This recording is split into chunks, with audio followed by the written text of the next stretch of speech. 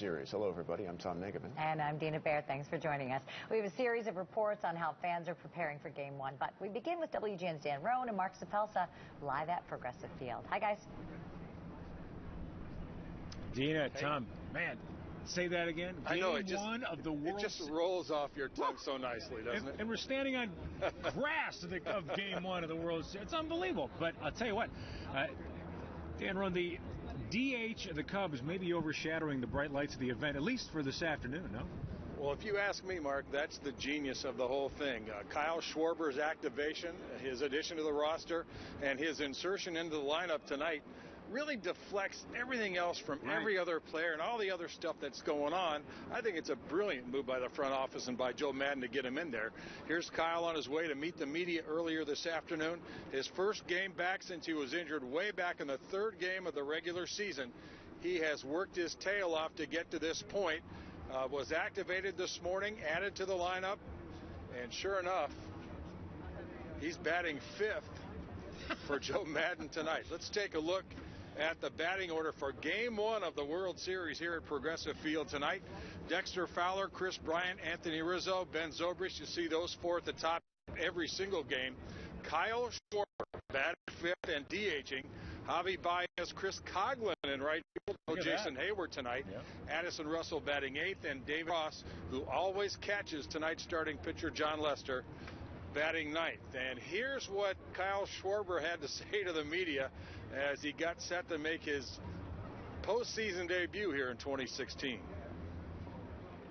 So the plan was pretty much the whole time that it was going to be spring training. I took regular visits to the doctor about every month or two, and he just kept telling me it's going to be spring training. And then this past doctor's visit I had right before we went to L.A.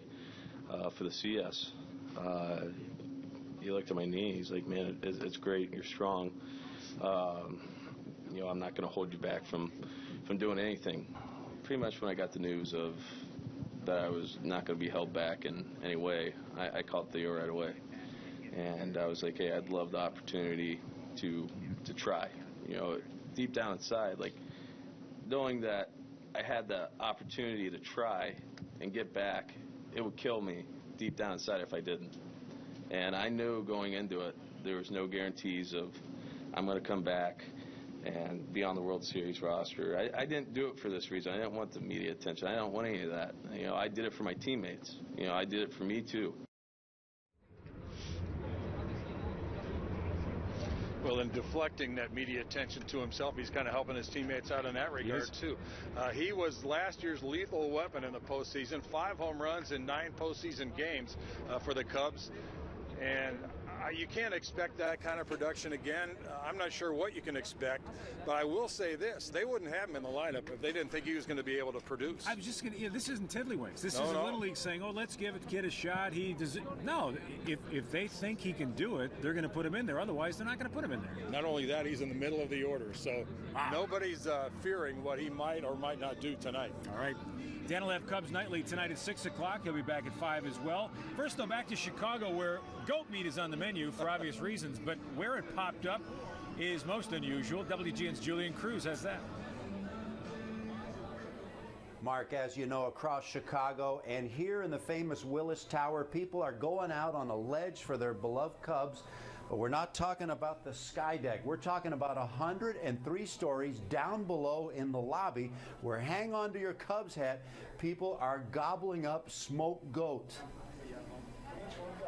I was a little nervous, but I'm a pretty adventurous eater, and for the Cubs, I figured I had to do it. Cubs fans stepping up to the plate to make it happen, to bring a World Series title to the North Side. A crowd of well over 54,000 is on hand to see this colorful opening game of the 1945 Baseball Classic. It's been a tale of misery. 1945, the last time the Cubs made it to the Fall Classic. The year the infamous Billy Goat and his vengeful owner got thrown out of Wrigley Field, triggering the curse. You kill the curse by eating the goat, is that basically it? We're eating the curse. That's what we're doing here at Willis Tower. Michael Lapidus hatched the barbaric plan, an offering to the baseball gods. Hickory smoked goat sandwiches with chimichurri sauce, sliced to order through Friday at QBBQ at Willis Tower and the legendary barbecue restaurants at 4 other Chicagoland locations. Janine Stantos taking the culinary leap of faith. And you want to do your part for the Cubs, too, yes, right? This is all for the Cubs. We'd rather eat the goat than be cursed by it, right? It's like a pulled pork. It has, it tastes a little bit like venison, so it's creamy. The sauce is like almost neon green. Whatever that sauce is awesome. So I think people are a little hesitant, but then once they try it, they're like, this is awesome. I'm coming back again tomorrow. I thought we were supposed to let the goat into the stadium for the curse to be broken, but we'll see how it goes. Hopefully killing and eating the goat works just as well. How often do the Cubs get to the World Series, right? Yeah, and how often do you eat goat? How often indeed. I gotta tell you, I tried that goat sandwich and it was pretty tasty, but I'm not exactly sure if this sky deck and the goat sandwich make a good combination, Mark, so I'm gonna toss it back to you in Cleveland before I toss my goat sandwich.